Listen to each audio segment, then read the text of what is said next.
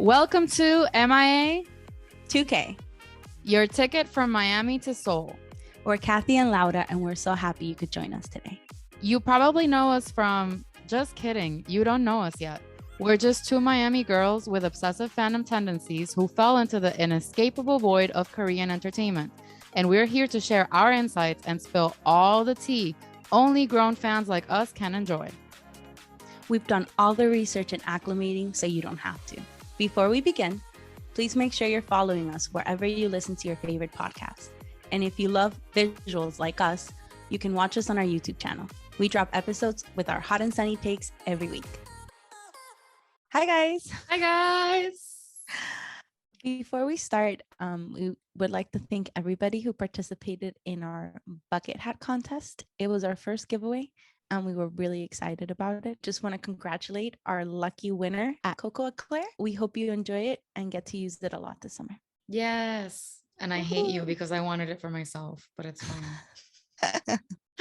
Just kidding, Claire. My bad. Today, there's only one thing we can talk about because what else is on the zeitgeist? Nothing. This is it. Today, we're recording on Wednesday, June 15th, after being hit in the face by BTS Festa Dinner, Bangtan Dinner, and the internet is on fire. And we've had all the members have to come individually to calm down both the internet and us. So we're here to talk about what we saw, what we think is going to happen, what is in the horizon, both short and in the long run, and how we feel. And hopefully we'll also get to hear from you. So before we start, just like a quick rundown of what BTS Festa is. It's basically the yearly celebration of their debut anniversary. It includes a lot of different things. And usually, well, not usually, but it also includes a dinner, like a sit down talk where the members kind of talk about their past year, what they're feeling now, that kind of stuff. Yeah, I'm not sure when they started with the sit down, but I think in general, most of us agree that our favorite festa is the 2018 one because they got drunk and it was very obvious and it was great. It was so great that they basically haven't been able to get drunk on camera since then. Like, I think all the other festas, they haven't had like drinks on them and it's just been different. So I think this year, because they knew what they were giving us, this announcement, I think they were like, you know what, let's bring all the alcohol on the table because they're gonna need it and the fans love this, so let's do this. So with that said, we're gonna just jump right into our thoughts because there's a lot to unpack from this really intense video. So to start things off, when I played the video, and I think I had seen the screenshot as well before on Twitter, the whole not scripted, not staged disclaimer that they put at the beginning of the video was so odd to me. It was like, okay, Hybe, I get it. Like, they're drinking. You didn't want this. Like, it just felt very like, oh, so are you saying the rest of the time that we've been talking to them or we've been seeing on video, like they're not genuine and they are scripted? Like, it was odd. I didn't like it. It didn't sit right with my soul. Yeah, they're always mostly scripted. There is an agenda. From their ments. There is an agenda. There always is an agenda. I mean, last year was fully scripted because they were like Journey of Army with the books and everything. Last year was extremely scripted. But yeah, anyway. And even though they, again, made a point to be like not scripted, not staged, they definitely had an agenda of items that they wanted to touch on, which is normal. And those things that they wanted to address included them not living at the dorms together anymore and having their own separate spaces. The anthology album, their reasoning behind it, how they felt it was received, the timing of it. They wanted to address plans that they've had from before, what they actually wanted to do from 2 years ago that they weren't able to talk about at the time, which really frustrated them. They wanted to formally announce their solo activities and the change of stance from BTS as far as solo appearances and all those things that we know are now on the horizon. And they also talked, I appreciated from Namjoon that he talked in detail about the difference between a mixtape and a solo album and how they have approached their solo activities before versus what we can expect from them now. And then most importantly, which is what many people on the internet fail to see, because either it was convenient for them or because we're dumb. They wanted to assure us that this is a temporary thing, and they wanted to leave us with the promise that they're going to come back as OT7, and we can expect that at some point. To be quite honest, I wasn't really expecting or planning on watching it. I've been in a little bit of a rut with BTS for a while. I think ever since PTD LV, like not after the concerts, but even before, like when that whole thing started and it became Borajegas, it started to feel wrong, kind of icky to me. So I had no plans of watching this festa, this dinner, and I kind of just asked Kathy to like give me the main points just so I could, still be on the know, but not have to watch the hour-long video. She was kind to give me the summary that we just heard, and I had no other choice but to watch. Yeah, Laura has had a hard time, and I think I put this in my notes to talk about it at some point, I think a little later, but I think it's important to address a lot of ARMY, and I don't want to keep it to a certain age group because I think there's diversity among all kinds of within our demographic as ARMYs, but I think Right. a lot of mature and with some life experience ARMY have been feeling this way for one reason or another. And I think the fact that BTS basically just admitted to they themselves feeling this way, it was very validating to a lot of our meet, like Laura and like many of the others that we have seen that kind of have taken a step back from doing BTS commentary and from just being so excited about everything, because I think we all could feel that they were stuck and they had just gone too big, too massive. The capitalism of it all, the corporateness of it all had gone too big for us to be behind and stay behind. We love them. It's never stopped feeling like there are alts because we've always loved them and we love them individually and as a group. We just haven't been able to digest what Hype and Big Hit have been doing on the back end for the past 2 years, year and a Yeah. half. They've just been trying to shove it down our throat. And it's like, I mean, you always get this feeling of, okay, yeah, this is not authentic. Like, I get it. It's a big group, it's a big corporation, it's fine. But especially within the last 6 months, it just became so apparent that it was just icky. Like, I know all groups have to have some sort of capitalism and some sort of, that kind of business feel. But before they felt, yeah, like a business, but also it was them. But for me, 6 months ago, it just shifted to just feeling icky, just not them, but just Hybe and Big Hit as like, The machine behind it all. I agree. exactly. I think in the past year, it's been hard to see them truly happy throughout all of the processes that they usually would just go through. I think PTDLA was a huge moment of happiness for them. I think there were key moments there where we really saw that they were enjoying parts of the process, but I think it seems like those moments came only in like really organic moments or with like solo stuff that they were doing. So like RM was like so excited about Bicycle last year, and then Suga has been so excited about that.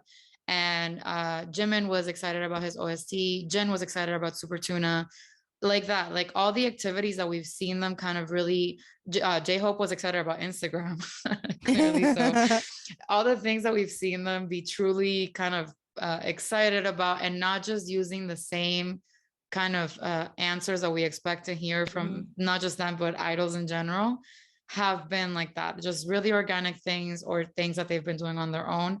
So we absolutely saw this coming, and we were happy to know, like, finally, like, wow, okay, we weren't crazy. It was feeling a little artificial and a little too much to swallow, but they were also feeling the same way. And for me personally, I'll say when I finished the video yesterday and those last 15 minutes when they each gave their closing remarks and when Namjoon gave his, I started crying when I saw him crying and looking at the camera, because it just sucks that they always have to apologize for anything that is less than perfect. Like it sucks that they feel like they have to apologize for taking a break. They have to apologize for asking us to be understanding of them wanting to explore their own selves at this point in their lives because they haven't known who they are for the past 10, 11 years on their own. And it sucked. Like it was a lot of guilt. They were like, oh, we're so late to start like officially our debuts as solo artists. Like it just feels like everything around this feels negative to them, and it feels to them like it's their fault, and I hate that. I just like, I wish it would have been a happier moment for them, but it is what it is, and I'm actually just grateful that they decided to be as raw as they were with us. So To me, those 15 minutes felt really humanizing. Like you kind of sometimes forget that they're also people.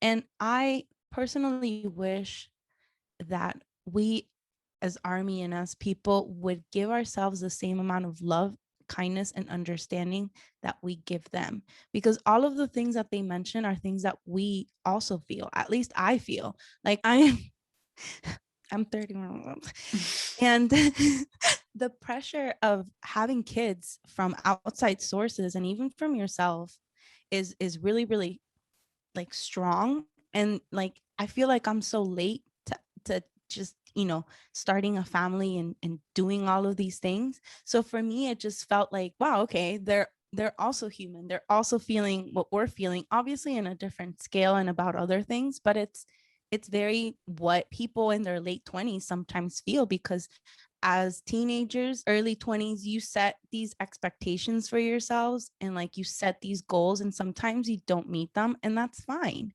And I just wish that we would be as kind to ourselves as we are to them. Because even with like my initial feeling icky about them, it was so quick to like understand and like kind of shift it in a positive way of saying, okay, it's not that I don't like them, it's that I don't like their company. And then when it comes to like to myself, I can't make that switch really quickly. So it just kind of made me feel more connected to them in that way, as just like humans and people in their 20s and 30s. It's fine. that's a super insightful and accurate feeling in general. Like that's a really important thing to say, I think, Laura, because again, BTS has such a wide demographic. So maybe there's girls in high school that haven't been asked out to prom, or there's people in their 40s or 50s that want to reinvent themselves and start new careers. And I watched the video twice yesterday, the Festa video. I watched it in the morning while I was at the nail salon, and then I watched it at night to like take notes because I knew we were going to talk about this, and I took like 3 pages of notes. So when Namjoon was speaking at the end, he was giving his closing remarks. The moment where he really broke, like the phrase that he was talking about was, I wish that we could all live without caring about the rules of the world. That's when he broke down. That's when he like really looked at the camera and was in pain. And it's just, that's such a relatable feeling. Obviously it's hard to relate to them in terms of, none of us are Korean idols that are looking our best, feeling our best, like writing the best songs and being in the fake love video and have Jimin next to us. Like that's not the reality for the vast majority of us. But it's so relatable to look at someone struggle and say that they feel trapped by expectations that have been put on them, and they don't know how to get out of it, or and they just like want out, like they need a break. It's so important, so relatable for people to see messages like this. Moving on to like comments that I had here or there, I thought it was really cute that they were pretending that they just moved out separately. Like we've been known, like this isn't new, like at least not to me. Like they're 20 something men with a whole bunch of money. It's kind of naive to think that they just moved out.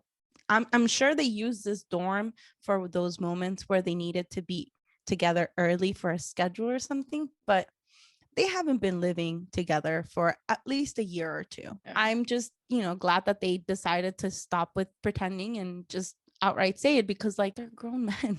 And we People knew need a their little space. bit came from a safety standpoint, because I think everyone knew that they had purchased properties, and we know that at this point they're real estate moguls and they have been moving in the real estate market in Seoul. But I think outside from the security standpoint, you could tell Namjoon and Suga in particular, when they were talking about it, like they're just tired of having to keep up a front for whatever reason it is, for security, for whatever, for the fans that are younger and maybe don't understand. And it's like, oh, did we all think that they bought houses on their own and they were still living at the dorms? Like, come on. I mean, in general, taking away from the sadness of having to deal, because like even though it's hard for us to let go of something that for many of us has been a constant, for at least for us it's been 2 years, for other armies it's been longer, to let go and have it change, and change is scary. The consensus overall is that we're really happy that they're able to do this and show us a more authentic side, like their actual thoughts and not what Hybe wants us to think. Like there aren't any captions underneath explaining to us how to feel. It was just them telling us how they feel and us just feeling whatever we want to feel based on that. So it was nice to see that change too. Absolutely. Mhm. And going back for a second, when Laura was talking just about different armies and how different people may be feeling, because some of them were around for longer. We've been around for 2 years. And then I saw a lot of cries from younger armies because they've never seen them live. So there's this like fear of like, oh my God, I just got into them last year. I really wanted to see them, or I just got into them, I don't know, in the past few months. And now I'm not going to get that chance. So I think there's all kinds of ranges of emotions across the spectrum for how this feels different to all of us. And Mhm. and I was telling Laura yesterday that, like I said earlier, we can be happy in the sense of like being happy for them to explore their own likes, and also being validated that we weren't crazy when we were feeling like this doesn't feel like them. The other side is we are allowed to mourn this. We are allowed to Mhm. have a moment where we look back, maybe just as an example of someone I saw recently that she found out she was pregnant and she was crying, and she's like, I'm not sad and I'm not like negatively impacted by this. Like, I wanted this baby and I'm looking forward to it, and I know I'll be a good mom. But now I'm just realizing that like there's a part of me that's dying, and I'm not going to be able to do a lot of things that I was able to do before I was pregnant. So you can be happy, you can look forward to the future, and you Mhm. can also take a moment to acknowledge that it is a change and that things are not going to be how they used to be. And I think that that's where we all are right now, which is fine. Mhm. And then be ready to support when they start coming out, which we know it's going to be Hobie first. So Another thing that I noticed is they're struggling as a group. They're struggling as OT7. But the beginning of the video, it really gave me vibes that they're kind of thriving individually. Like Min Yoongi is having a renaissance. Jin is just not doing anything and he's okay with it. Like they're each doing stuff that they want to do and that's fulfilling them. They're just like the last bit was them mourning themselves too, as like the BTS that they've known and they've had to show for us until now. yeah. But personally, individually, it seems that they're having a good time, which is good. Yeah, I wrote down that just like at the beginning, I think Sugar kept saying like we're gonna eat first and talk later, and it was like the first 20 minutes of the video is just like a very fun dinner with friends that are catching up, and Mm-hmm. then that's when the air changes, when they're like, okay, let's address the pink elephant in the room, let's talk about why this is happening and the anthology album and blah blah blah. And RM started his rant that he's like also addressed today as like he was the person who spoke for the longest, and he just kind of talked about, there's no time to mature. He criticized the K-pop idol system because of how they're just forced to churn things out. He spoke a lot about specific things that you can tell were kind of almost triggering to him. Like he's known as the English speaker and he's the one that can give the interviews and he's this and he's that. Like he feels trapped in these boxes that for one reason or another have been made for him or he's made for himself, and he's tired of it. You can see he's outgrown those boxes, and he was just really frustrated. And Jimin also kind of mentioned that they have been going through a rough patch and an identity crisis. And Suga said, I can't songwrite anymore. Like it's, before we used to be able to push through it and write something, but now it's just not the same. And on the same token, we know that they're working on their solo projects and they're just so eager to give us that part. And Taeyong said, and kind of in partly there, and he also said it in his note on Weverse that he posted after, that he gave himself up for the team, and all of them, we can tell, have at some point put their needs aside for the team. So just having this opportunity for all of them to talk and address how they've been feeling about this, again, it's sad that they have been feeling this for so long, but it's also just like part for the course. Because again, one of the interesting things that they said was, this was the plan all along for 2020. We were dropping Map of the Soul 7. We're going to go on a huge world tour, and then we're going to take each our separate ways. But COVID didn't let that happen. So to me, it wasn't COVID that didn't let this happen. It was hype, because 2020 made them, COVID honestly made them make that jump from being a really popular boy group or band, because they're not boys, but you know what I mean? Like they were already pretty popular right before COVID.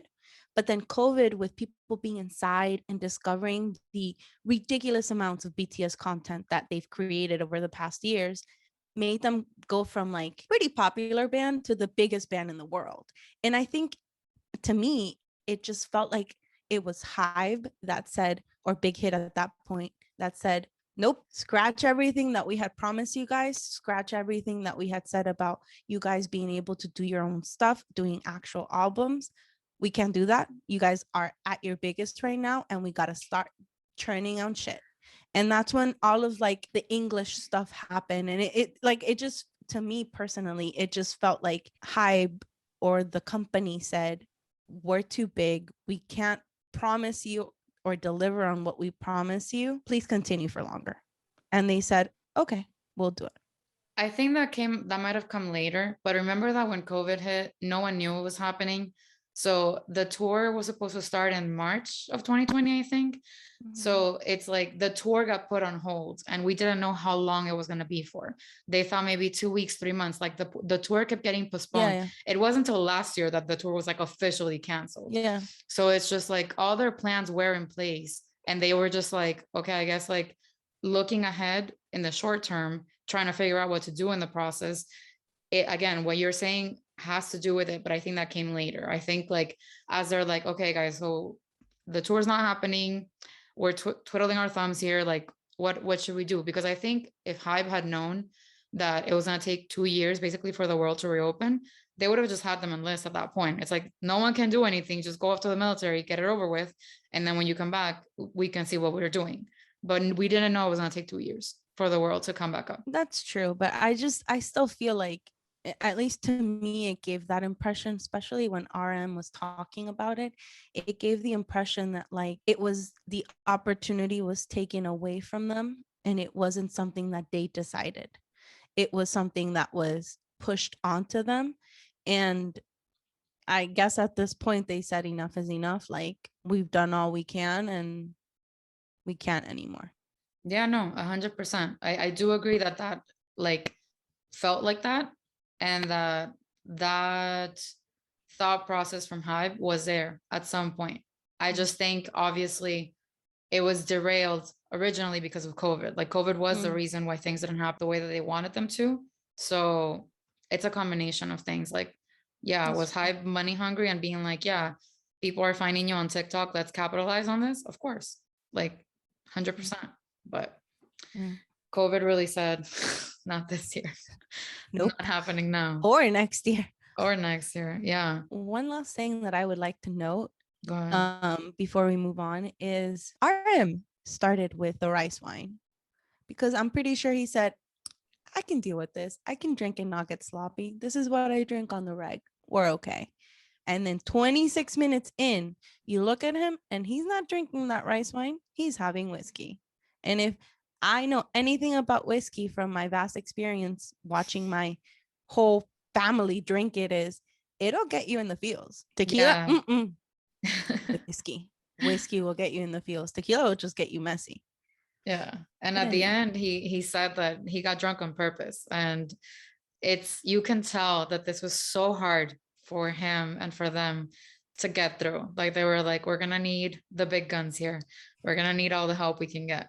So poor thing. Having seen them pour their hearts out as much as possible in that format, let's talk about immediate responses and the consequences of this Festa premiere. Because man, the past 24, listen, if I, as a regular ass, like army adult woman, have received the amount of messages that I have from my friends and my therapists that were like, BTS hiatus, like breaking up what? Because like obviously they don't know.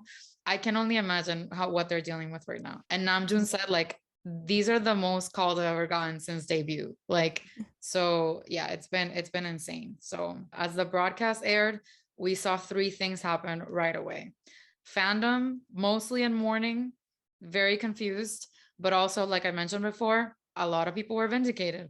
As soon as I was giving Laura the lowdown, she was like, oh my God, I'm so happy for them. Finally, this is it. This is what we've been waiting for. And I was like, I know, but it's still sad, but it's happy. But like, yeah, it was a lot.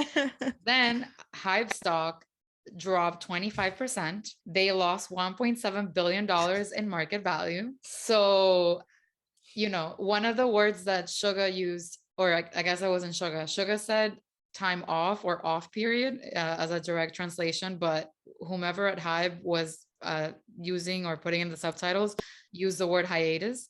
Hybe, as they were seeing their stock plummet, had to come mop up real quick, clean up on all four, and say, the group is not on hiatus. They're very much so like together and doing activities. They'll just be doing group work while they're doing solo work. Calm down. But the stock kept going down today. So I don't think their messaging was very effective.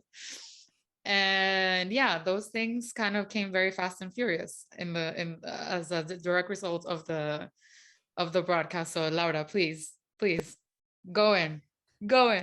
honestly, as women with corporate jobs, we know that things have to go through a lot of people to make it out, right?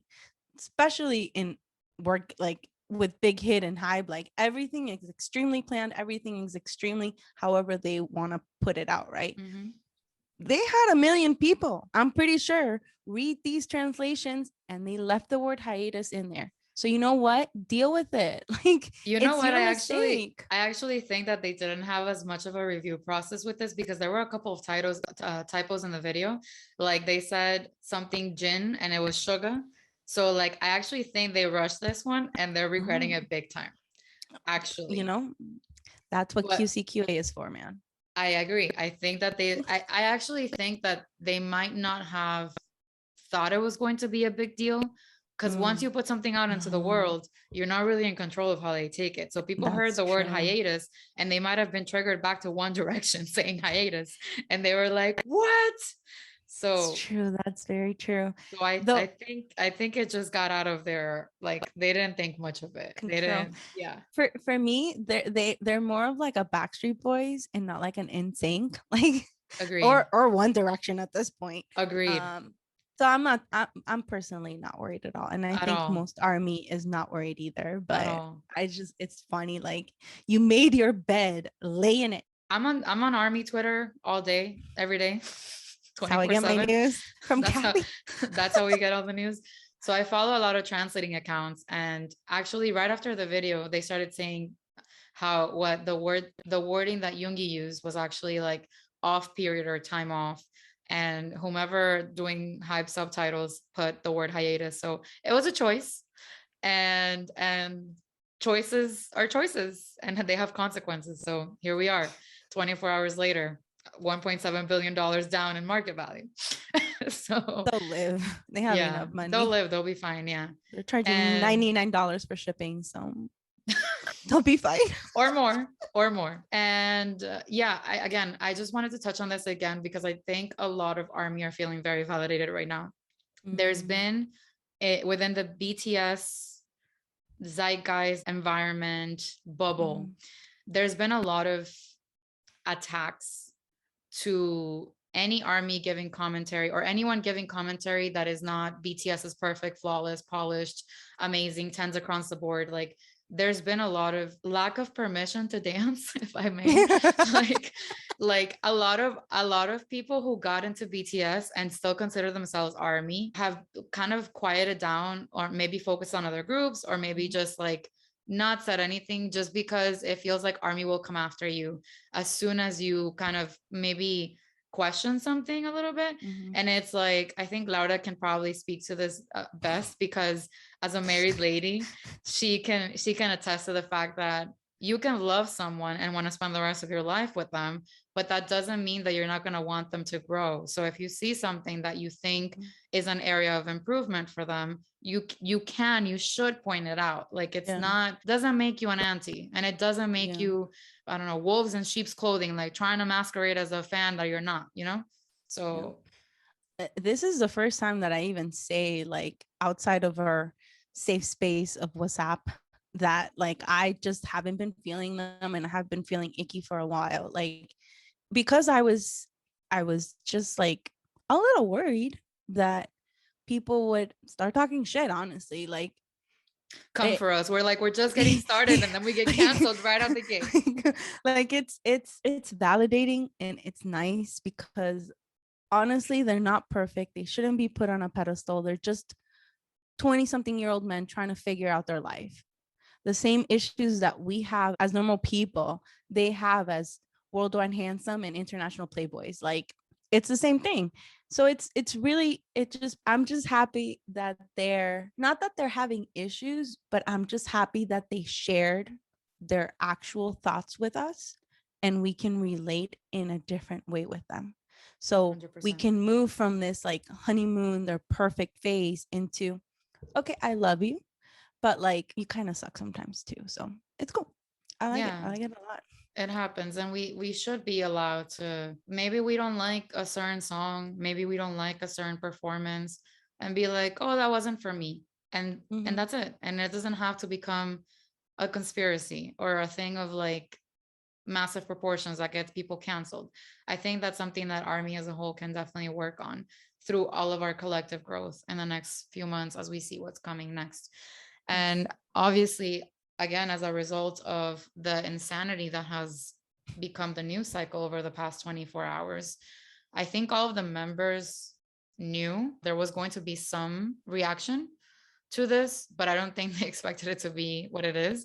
So V right away came to Weavers, and I don't think V is usually the one to coddle us, but during the, he went live for the proof live on Monday and sang songs to us and fell asleep with us, took a little nap with us, tucked us in so he could be comforting, whatever. And then he went on Weavers, posted a picture from their little strawberry field trip that we hadn't seen before. We had seen the field trip, just not that specific picture that he took of them.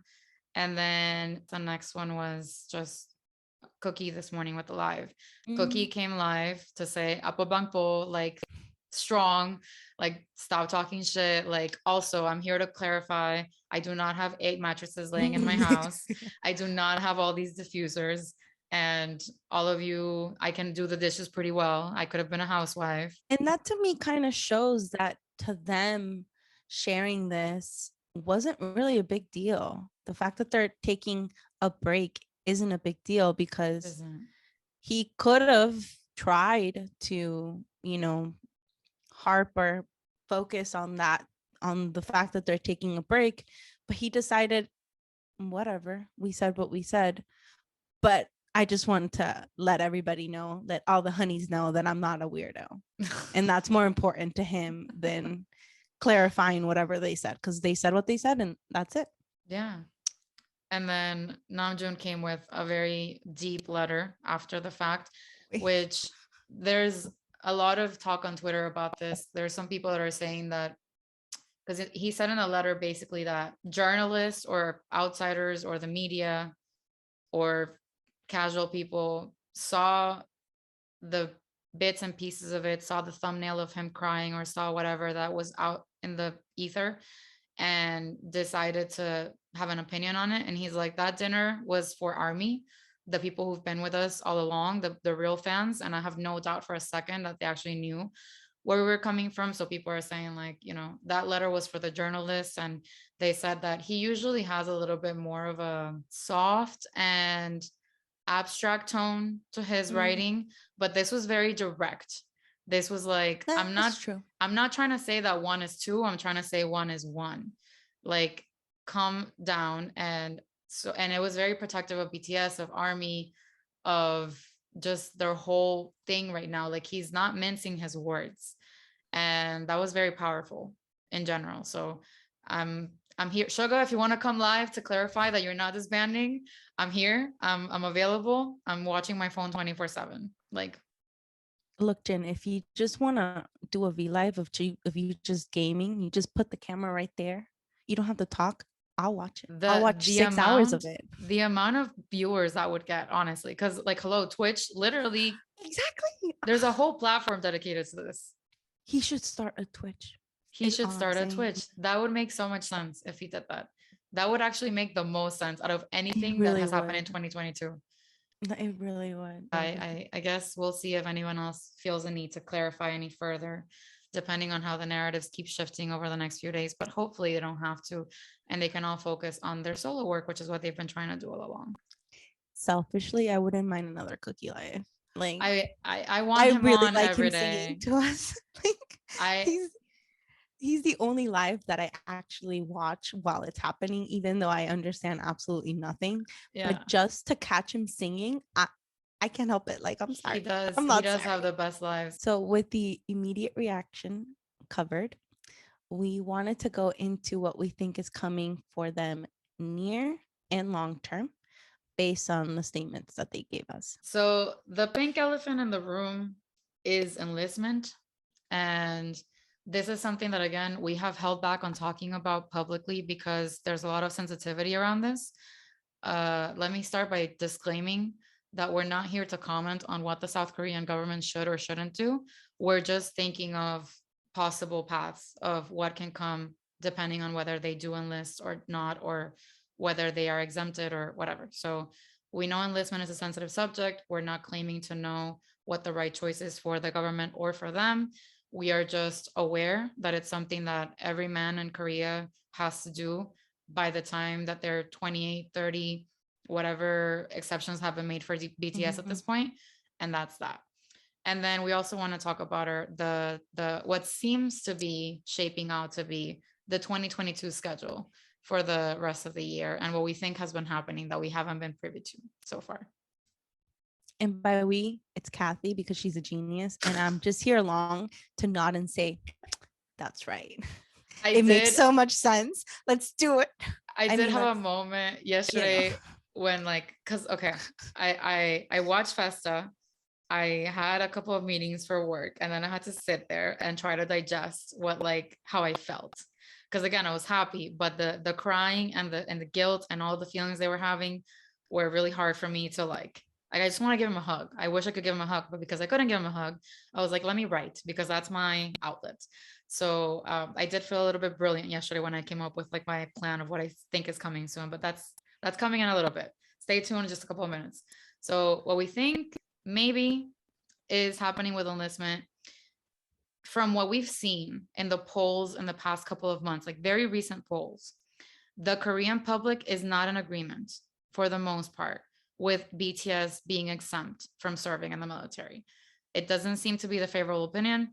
The prior, the outgoing president, who was tight BFFs with BTS and Hybe, said, I'm not dealing with this one, fam. I'm not going to be responsible for the fallout of this reaction. So if president did not make this decision and establish this for them, being as close with them as he was, the incoming president, having seemingly very different stances than they might, politically or socially or whatever, I don't think that they're going to say that they are to be exempted. So right now, the way that things are looking, there's basically, I think, 3 possible scenarios. Number 1, they will all be enlisting together on or after December 2022, because the exemption that was made for Jin the past couple of years is a 1 year long exemption. So he should be enlisting by December 3rd of this Mm-hmm. year, likely, if they don't make the exemption again or the extension again for him, or if they Mm-hmm. don't exempt them. So because Jen has to leave, Laura and I have always said to ourselves, within ourselves, that it would only make sense for the 7 of them to leave together. Because if they Yeah. stagger their departures, we won't have all 7 of them together until 5 or 6 years from now. Mm-hmm. So it doesn't make sense from a business standpoint for them to leave at different times. It would only make sense for them to leave, do their service all at the same time, and that way they can get back to being together all at the same time quicker. Yeah, get that shit So over with.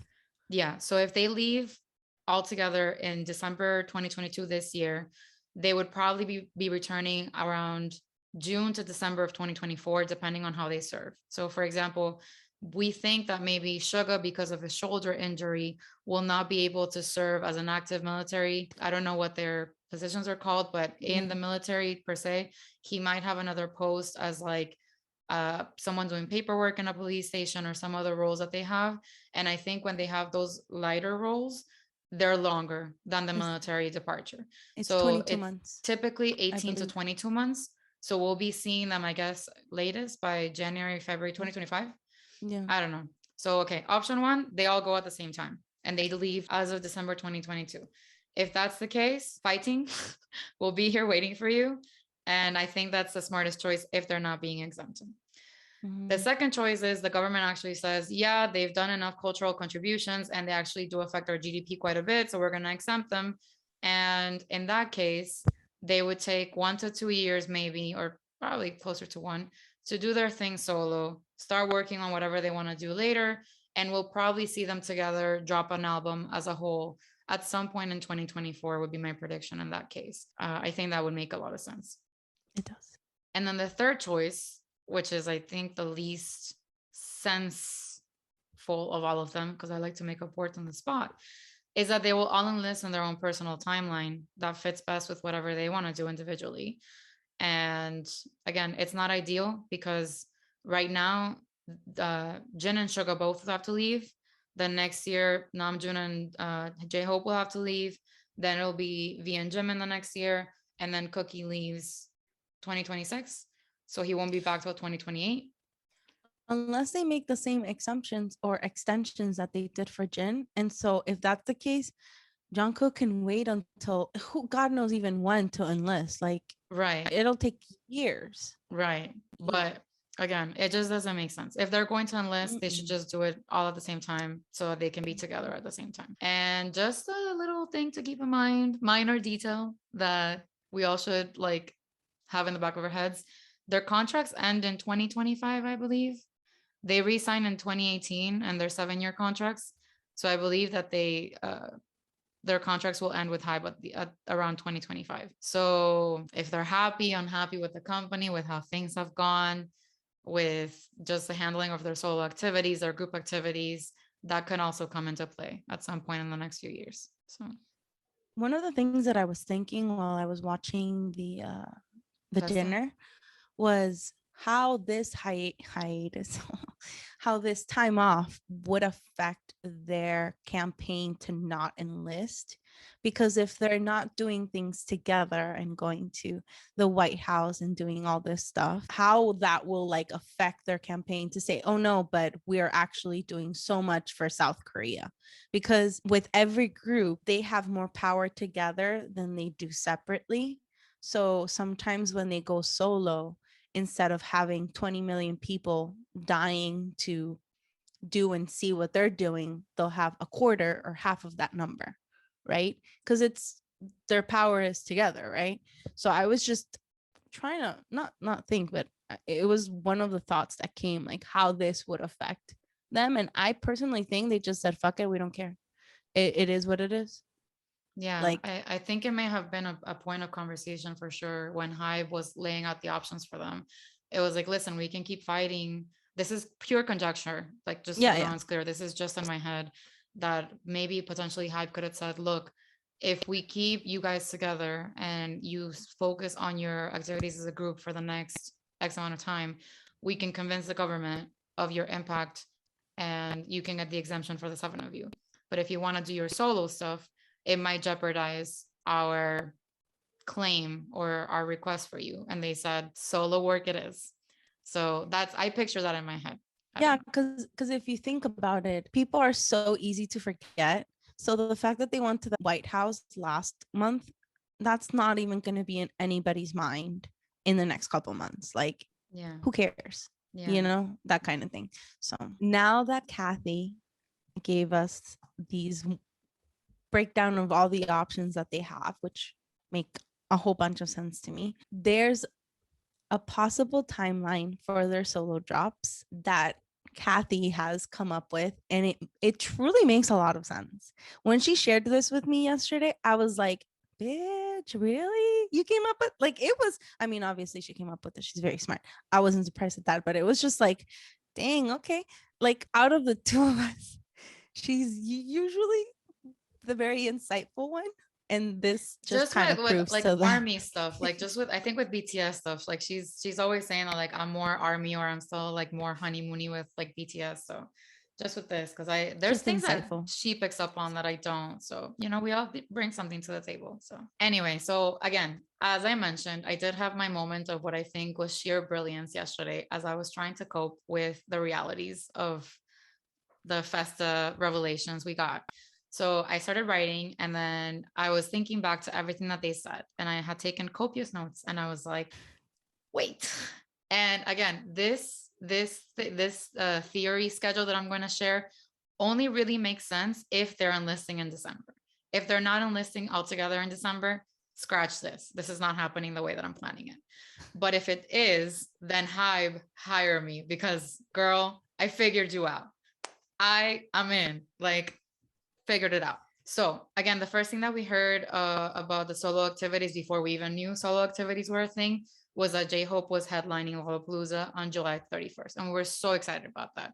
Mhm. Cannot wait to see his stages. So considering that, it makes sense that he would drop an album in early July and he will be able to play the stage with all his solo work, Hope World 1, Hope World 2, whatever he calls the second album. And I'm just personally also throwing it out there because I remember that Army birthday is July 9th and July 9th is a Saturday and weekends are a really good day to drop albums. So if J-Hope drops an album on July 9th, I told you so. If he doesn't, don't look at me. Don't come for me. I'm just here theorizing like a crazy person. Picture me with a tinfoil hat. That's what's happening right now. So then the next thing that was said that was completely unrelated, but not in my head, Cookie said, I'm dropping mine after Yoongi. So this is like a math exercise. If person A goes to thing B and then C and then D, but like it's not connected, but it is. So I said, okay, if Cookie's dropping his after Yoongi, and I know Yoongi's has been ready for fucking ages, what month comes after July? August. And there's someone named August D in the mix. So brain exploding. Yoongi should drop. It's the best one. When I said this, I was like, oh my God, this is it. This is the timeline. Yoongi's dropping D3 in August because August D, August, it makes all the sense. Wiki, like it's happening. I don't care. Like this one, I would be distraught if it wasn't happening because it would be a missed opportunity. The end. Okay. And August 3rd is a Wednesday, which is an odd day to drop an album, but I wouldn't put it past Yoongi. He can do no wrong. Mm-hmm. And he's like weird and like he does things on his own timeline and his Minstradamus, he doesn't care if like whatever. So just saying he could drop it on August 3rd or whenever in August. It just makes so much sense. It just makes sense. Then Cookie's birthday is September 1st. So he could drop his on September 1st and have like his promo time or whatever. Then here is when the problems start, like with my theories and where I might not have it all together, but it's fine. It's fine. I'll take my L's. I'll take my W's, can't get it all. But RM's birthday is September 12th. So from September 1st to September 12th is too little time to promote. So I don't think RM would interrupt Cookie's promotions like that. I mean, this schedule that I have is insane because one album a month is a lot. Like not saying like, obviously they're working on them individually, but to overwhelm ARMY with an album a month, it could get very dangerous. So I think I there's love a that. high possibility that this wouldn't happen. Hit me with all the albums. I will buy them all. I will stream all the videos. Like, I think usually when Korean idols drop albums, it's about a 2-week promo period. So I Yeah. think there's time. If someone can make it happen, it's ARMY. Please hype. Let us experiment. We won't let you down. So again, okay. Cookie dropping his September 1st. RM's might drop end of September or might push on to October. Now, I don't think he would push out to October because Jimin's birthday is October 13th. And because Jimin hasn't dropped an album before, I think RM would say, you go first, bro. Drop your thing, and October can be your month because it is. So maybe RM will hold out. So either RM drops it mid to end September, or he could drop it in October, but I don't think he would do that to Jimin, and then push Jimin out 1 month, or let Jimin do October and then RM takes November. And yeah, so again, the rest of this list is a lot of maybes. I'm not as sure about it because of the birthday overlaps and the things, but whatever. So I would say that November is up for grabs between 4 of them. It could be RM if he moves to November, so Jimin can do October. It could be Jimin if RM keeps October and moves Jimin to November. It could be Jin because he's departing for the military before his birthday, so he needs time to promote. Or it could be V because his birthday is December 30th. And because Jin said his is last, it would make sense for V to go first. Again, it's all up in the air. But then V is like Winter Bear, so it makes sense. So it's for him to be in December. I don't know, guys. Again, I'm ready to do the gif of like the clown face and the mask. Like, I'm ready to take my conspiracy tinfoil hat off and be like, okay, sorry guys, I kikied too hard by myself here.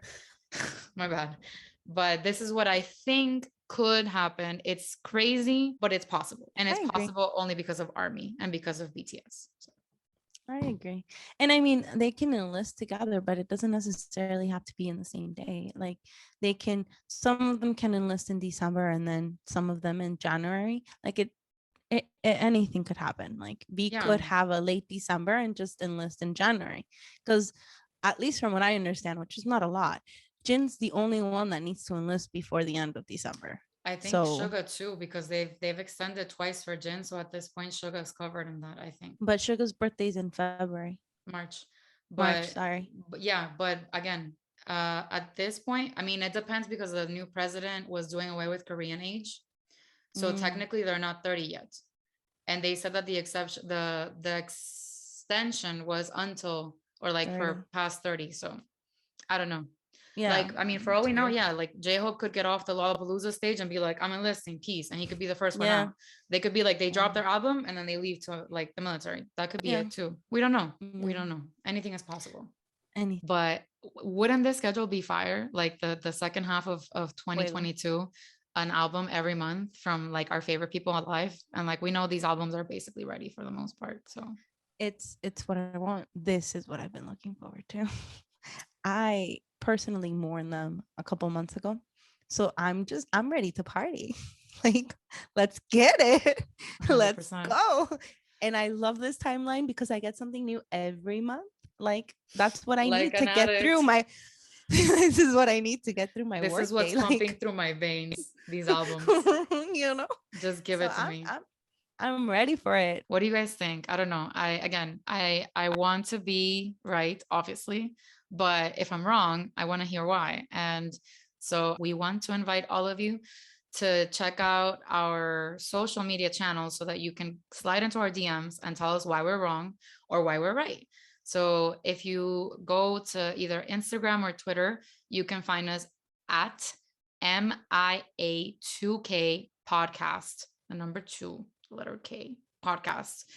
And you can just message us and be like, hey, I saw this video and you couldn't be more wrong because you don't understand how the music industry works. And there's no way that they're going to have a CD every month. And I could be like, you're so right. Thank you for like making me look stupid. I really appreciate it. Or you could say, oh my God, this is my dream come true. Please let it be true. Or you can say like, because of astrology, the things are aligning and Mercury retrograde things, like, tell me, I want to know. And You can also, if you're watching us on YouTube, leave a comment. Tell us how you think it's going to shake out in the next few months. And I wanted to mention really briefly another thing, because I think leading up to Proof, a lot of people were saying, oh, BTS are working on the album. Listen, Proof was done August of last year. They were not working on the album right now. What they're doing right now is recording Run BTS and leaving a lot of content so that I think when they're military enlisted, we're not dying because of their apps. The thing, like they stopped putting out Run BTS because they still obviously had a lot of things that they could record, fun episodes. But if they kept releasing them, they wouldn't have anything to leave us with in their absence. So yeah, I think the first half of 2022 has been focused on recording content for us. And this is why they've been saying we're still as a group together. Like, don't, like, the hiatus thing is not really technically true because we're still recording shit for you guys. You're just not seeing it for now. So that's another reason why I do think that they're unlisting.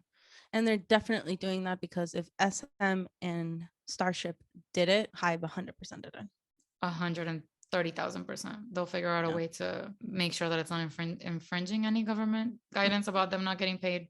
So yeah, we're gonna get a lot of content soon, and it's not gonna be super happy because they won't be here to watch us watch it, but it's fine. I think they get their phones in the military from like 5 p.m. to 8 p.m. every day after the first 3 weeks, depending on where they are. So what? Or you're gonna say, I learned that actually from EXL. Yeah, that they got text messages from Dio.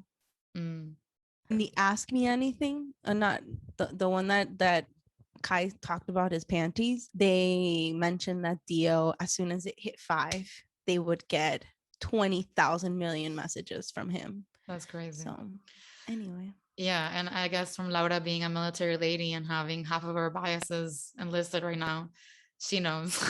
She knows. I do know. I miss them all. It's fine. Yeah. We live. We survive. Yeah. Anyway, thank you so much for watching, listening. We really appreciate it. Thank you. We are excited for what's to come. Yeah. And what's yet to come. Hashtag. Look at us. Well, look at you. Oh, cute. It's us. Group effort. Please look forward to more things coming. And we hope you enjoy this episode. We hope if any army is feeling down and sad, don't. We hope that this gives you some joy and excitement, because it gave me some joy and excitement to talk about it. If any army needed the validation and was feeling very alone and feeling icky the past few months, you weren't alone. Just many of us didn't want to talk about it because we didn't feel safe saying some things out loud in the public eye of the people that watch us. And if anyone is not happy with what we talked about, we understand. And everyone has different opinions, and that's what's beautiful about this fandom. So we love the boys. We love all 7 of them, and we want what's best for them, and we want happiness for them. And we think this is going to give it to them this time. So Apo Bampo. Thank you so much for listening to this episode of the MIA2K podcast. We have lots of great content coming up ahead, so please don't forget to follow and subscribe to our show on Apple Podcasts and Spotify. And if you enjoyed our episodes, please rate us 5 stars. And for the real-time tea, follow us on Instagram, Twitter, TikTok, and Facebook by searching for @MIA2K podcast. Dale, bye.